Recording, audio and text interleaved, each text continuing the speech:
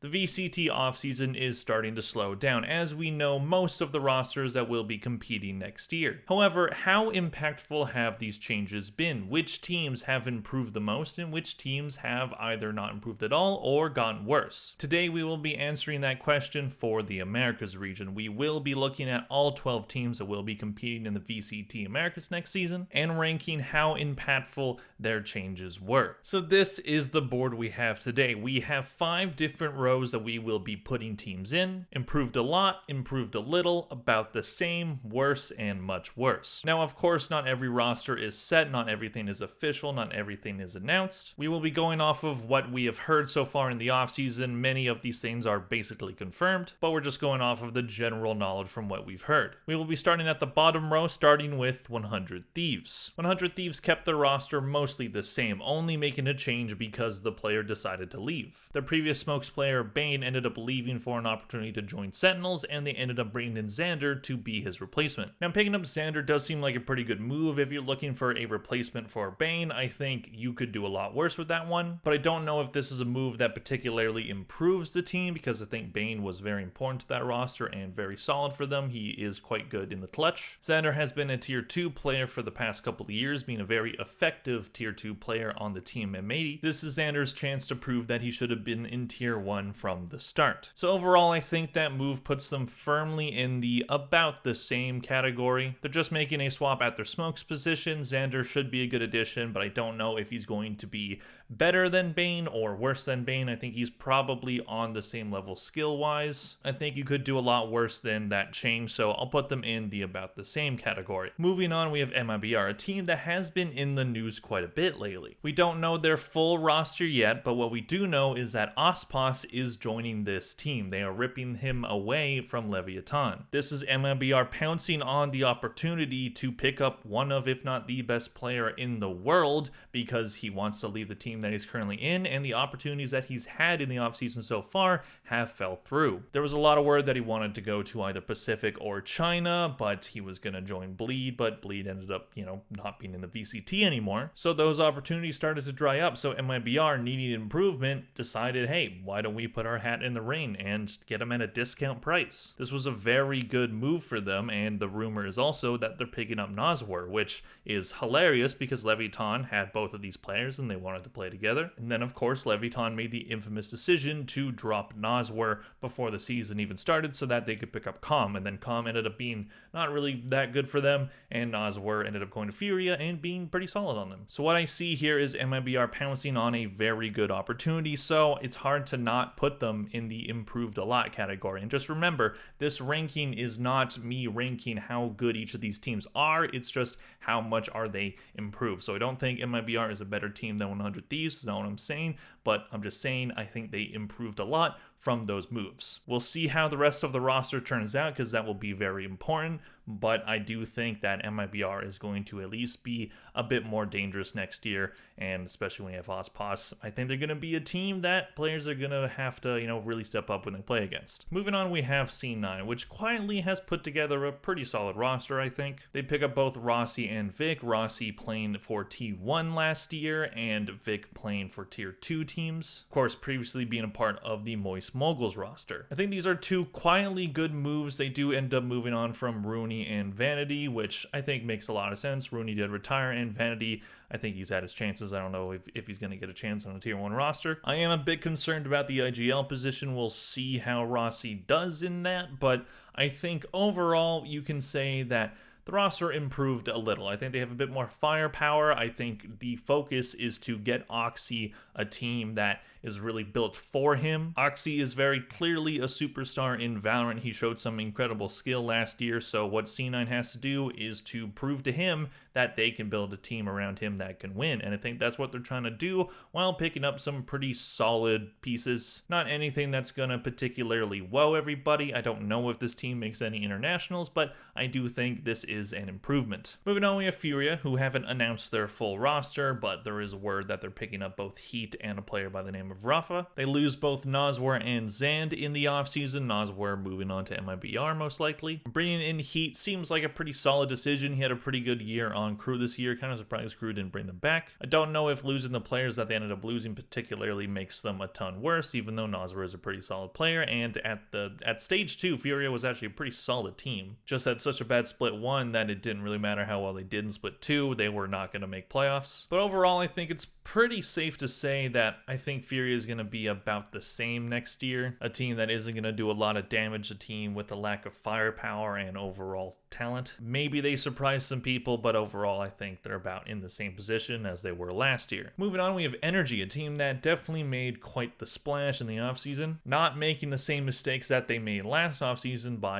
waiting for the EG roster to disband so that they could go big game hunting, not just trying to recreate the magic of Optic, which at this point is quite far in the past, but making some pretty smart decisions in bringing in Verno and Mata, two very talented tier 2 players. So you have a new duelist player with Mata, Verno should be playing Initiator. I think those two are going to be great. There was a lot of available talent in North American tier 2, so I think Energy pouncing on that opportunity while keeping your core pieces of FNS, Som, and Ethan. I think that's overall a good decision. Ethan was quite good for them last year, even though he wasn't good as an IGL. Definitely concerned about FNS's skill level. I hope he's been working on it in the offseason. We will see. But overall, I think I can safely say that they did improve a lot. I don't know if this whole roster is going to make a ton of internationals just yet, but from how bad last season was for this team, it's hard to argue that this roster on paper doesn't look a lot better. Yes, they lose out on Demon 1, but clearly that was a relationship that just wasn't working and Demon 1 needed to move on. Maybe they could have salvaged it, and I do expect Demon 1 to have a bounce back season next year, but I think from the moves that they've made, I think this should be an improvement, especially by bringing in their new coach. Also, just want to point out, it's Halloween night. There's a lot of fireworks happening, so I hope the mic's not picking it up too much, but it might happen here or there, so apologies for that. Moving on, we have Crew, a team that took some pretty big swings this offseason, but ended up kind of missing on a lot of them. There was word that they were trying to bring in Sadak, a move that I think would have made a ton of sense for both the player and the team. Crew, I think their biggest weakness last year was the lack of a set IGL. They bounced around that position quite a bit with multiple players taking up that reign, so they needed a set IGL in the offseason, and Sadak was probably the best available, and he is an Argentinian player, and this is a Latin American franchise. But apparently Sadak's going to Carmine Corp, so he's not going to be staying in America, so every other IGL got more opportunity because of that. So apparently they're bringing in Adverso to be their IGL. He is a player that is formerly of Leviathan, so that continues the carousel of Latin American players that have played for both of the Latin American franchises in the VCT Americas. It's quite the long list. And they also apparently are picking up Mazzino, which I think might be a bit of an overrated move. Crew has already had Mazzino, so to me this move kind of feels like Energy picking up Ethan last offseason because he was already on Energy in previous years. So if you dropped him then, what about his game did you not like that made you not want him on your team? But Mazzino had a very good year on Leviathan, so I think the expectations for him might be a bit too high. I don't know if Mazzino is going to reach those same heights that he did on Leviathan on a team without Ospas. Not that he was personally being carried by Ospas, they play very different positions, but that team, a lot of their play ran through Ospas. So I don't know if we're going to see the same situation here. They do lose Melsner, Klaus, and Heat during the offseason, and I think that's at least a bit of an overcorrection. Heat was quite good for them. I thought they probably should have kept him and just brought in a new IGL, but they clearly want to go with an all Chilean team, so that seems to be the case. So overall, I think these moves don't improve the team a ton. They don't make them worse or anything. I think about the same with potential to be improved a little, but I think losing Heat and not getting the big fish that you wanted in Sadak and Mazzino, maybe that makes them a lot better, but I'm not convinced just yet. I think putting them in about the same is pretty fair. Moving on, we have the brand new team in 2Game Esports. Can't really make too much of an argument either way of them getting better or worse. Yes, they won't have one of their players for part of the year because he is not 18 yet. That is, of course, their player Spike, who was unreal in the Americas Ascension tournament, so that could be the argument of them getting worse, but again, he is probably going to play for them when he turns 18, so not too much of a concern there, and they just entered the league about the same as probably where they belong. Moving on, we have Loud, a team that lost quite a bit this offseason. They lost Sadek, their star IGL, that has been the main cornerstone of that team for years now. They also lose Les, one of the more talented Brazilian players in the world. He moves on to the EMEA League to play for Team Vitality. They are apparently picking up Digizin and a player called Vinny. I do think there is potential for those two players to come in and be pretty good for them, but overall, this seems like an org that is cutting back a lot of money. So I don't know if there's much more of an argument that I can make for them getting anything but much worse. So far, the only team in the much worse category. Losing out on some of the most talented players this game has ever seen, that is very unfortunate. It sucks that the Loud roster that we've seen win championships and get very close to winning others basically be completely gone at this point. Yes, they still have some of those pieces, but I don't see this team getting anywhere far in the Americas next year. Moving on to Leviathan, a team that has been quite controversial this offseason. The offseason starts with them reportedly losing both Mazzino and Ospas, so their two best players of the year last year aside from King. So what do you do to replace that? Well, they ended up bringing in Demon 1 from NRG, which I think is a pretty solid move, and I do think, especially being reunited with Calm, a player he's played with before, I think that can help have Demon 1 get a bounce back season. I do think that Demon 1 is going to have a lot of hunger next year to prove that he wasn't just a flash in the pan. So I can see that being a good move, and they also apparently bring in a Tank, who was a player in EMEA playing for Gentle Mates. I didn't pay too much attention to Gentle Mates, so I don't really know how good he is, but I've heard good things. So those are two moves that are at least good replacements for the things that you ended up losing. However, you still arguably lose the best player in the world in Ospas and one of your main pieces of last year in Mazzino. You still have Kane, you still have Tex, you still have Calm, but those three players, Kane was quite good for them, Tex up and down season, Calm not a good year at all for them. I don't care what people say. I'm sorry Calm wasn't great last year, but they seem to have doubled down on those three players, and especially not wanting to lose more after losing your two best players. I don't think I can make an argument for Leviathan getting better. I do think that the replacements they brought in do make them at least not be in the much worse category. They are at least in the worst category. I don't think they're the same skill level. I don't think they improved either. As much crap as last year's roster got, including from me, they still ended up being top 3 at Champions. They were still a very talented roster, and the fact that we're not seeing it next year, I definitely think it's going to be a big blow to fans of this team. But hey, the fact that they've basically abandoned most Latin American players at all, maybe there's not a lot of fans from that region left for this team, but we will see. Moving on, we have G2, a team that only made one roster move this offseason, and that was, of course, swapping out Icy for Jogmo to have a brand new duelist player. This move is a very interesting one. It is one that I have said potentially is the best move of the entire offseason. G2 were a very good team next year. They gradually got better. They had a bit of a slow start, but once they put Leaf on that Sentinel role and ended up bringing in Icy, they had a pretty mediocre stage 1, but then they ended up being really good in the Americas playoffs. Then they have a top 3 berth at Masters Shanghai, but just could not win a best of 5 for the life of them. Then they were at least the second best team in the Americas during stage 2, and then they made it to playoffs at Champs. They did go out early in that playoff bracket, so that's unfortunate, but hey, this team is still young, they're still learning. The main thing that they were missing last season, which nearly every single team that wins a tournament has, is a star duelist player. No shade to Icy at all. Icy improved a lot, he learned a lot, he was good for their system, he was the kind of duelist that they needed. However, to win a tournament, to be able to go super deep in these tournaments and end up winning the whole thing, you need an X-Factor star duelist player, and a lot of these teams that have one have them. I have seen detractors of this move saying that Jogamo is a very aggressive player and he's not going to fit in with G2's system. G2 last year was known for their very slow, more defensive style of Valorant. I also heard the argument that they swapped out Leaf to be a Sentinel because he was aggressive and they wanted Icy specifically because he wasn't aggressive.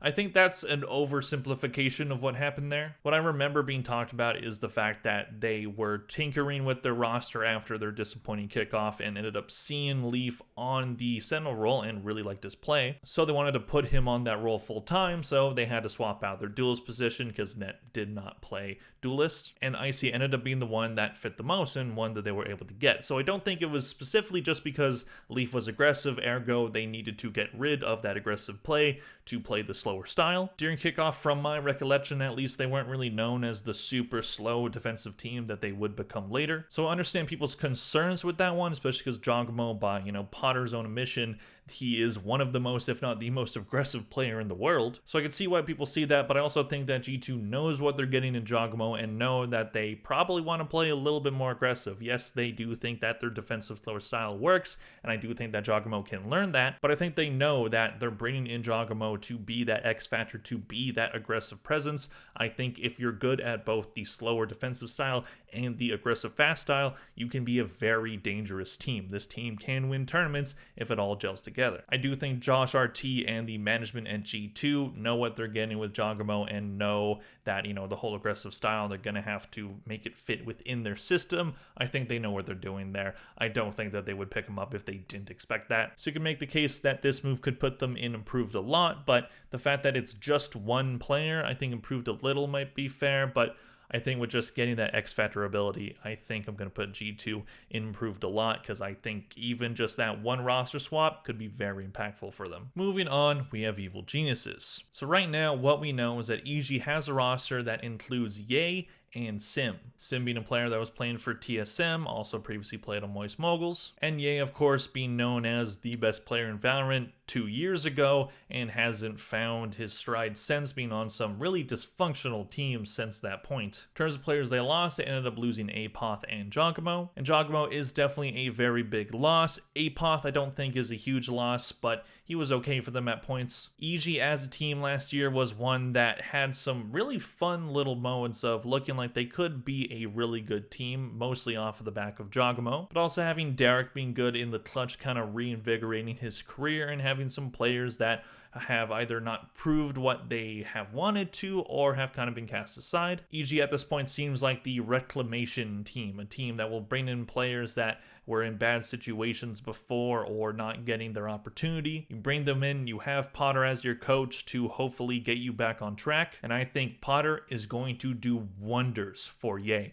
All the pressure is off of Ye now. A lot of people don't see him as the player that he once was. Understandably so. He hasn't been that player for a long time, and maybe he never will be again. But at this point, he doesn't need to be. What Ye needs to focus on now, especially if he's going to play in Tier 1, he needs to just sit back and he needs to help improve his game, stop putting the pressure on himself, just focus on getting things back in order. The expectations for him are lower than they have ever been, which is unfortunate that we've gotten to this point, but I think it's going to help him in the end. Having the pressure of once being the best player in the entire world, that's a lot to deal with, and I don't think Ye was ready for it, and with how the whole bleed situation happened, that must have just been a terrible situation, especially from what we know now. But also the Disguise situation, getting kicked off of C9, just a whole cavalcade of bad things happened to Ye, and him getting on EG, I think this is the perfect fit for him. Yes, EG has said that this roster is temporary and it's just for the Sand City Classic. Sure, I'll believe it when I see it.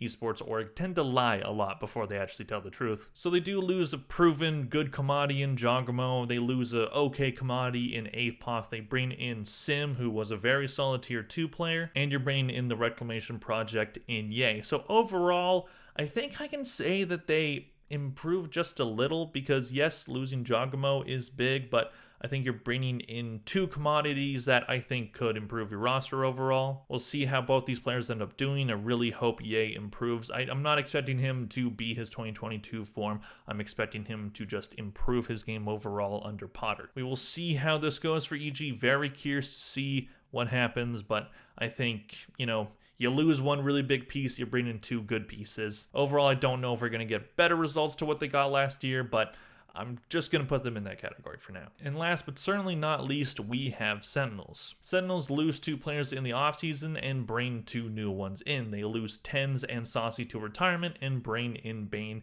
and Narrate. So when thinking about how this changes the roster in terms of is this roster improved or worse, it's kind of a hard question to answer with this. When it comes to swapping out Saucy for Narrate, I think it's pretty easy to make the argument that Narrate at this point is the better player. Saucy has had the longer, more storied career, but definitely wasn't his 2022 self during this year. Still a very solid player, very good in the big moments, but Narrate, I think, consistently is just a better player. Narrate should be a bit more flexible when they maybe want to swap Zek into an initiator role for certain maps. Narrate can step in and play that duelist role if it's needed. So I think that's an improvement there, but when you think of the Tens for Bane switch, I think Tens is undeniably the better player there. However, maybe Bane is going to be a bit more flexible in that smokes role that Tens was. Tens mainly just played Omen. He could also play a bit of initiator in Gecko, some duelist in Yoru, but I think he was best when he was playing Omen. So I do think losing Tens and bringing in Bane, that is, I think, just how the math works out, a bit of a downgrade, but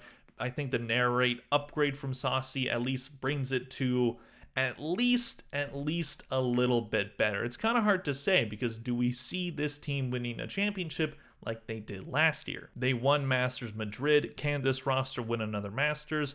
I think they have potential too. I think this roster is going to be very dangerous next year. Sentinels yet again dedicated to building a very good roster. It's great to see this scene needs Sentinels to be good. I'm sorry, Sentinels haters. They are the most popular team in the Americas and basically the world. They are the biggest draw when it comes to Valorant, and losing Tens, maybe it hurts viewership a little bit for Sentinels games, but I think there are a lot of people that are very, very excited about this roster and really want them to go far. So this is the ranking that we have today. We have 3 in improved a lot, 3 in improved a little, 4 in about the same, and 1 in worse, and 1 in much worse. I think this is a pretty fair ranking, but what do you think? Let me know in the comment section down below where you would put all of these teams. Please click like and subscribe if you enjoyed this video. Thank you very much for watching, and I'll see you guys in the next one. Bye.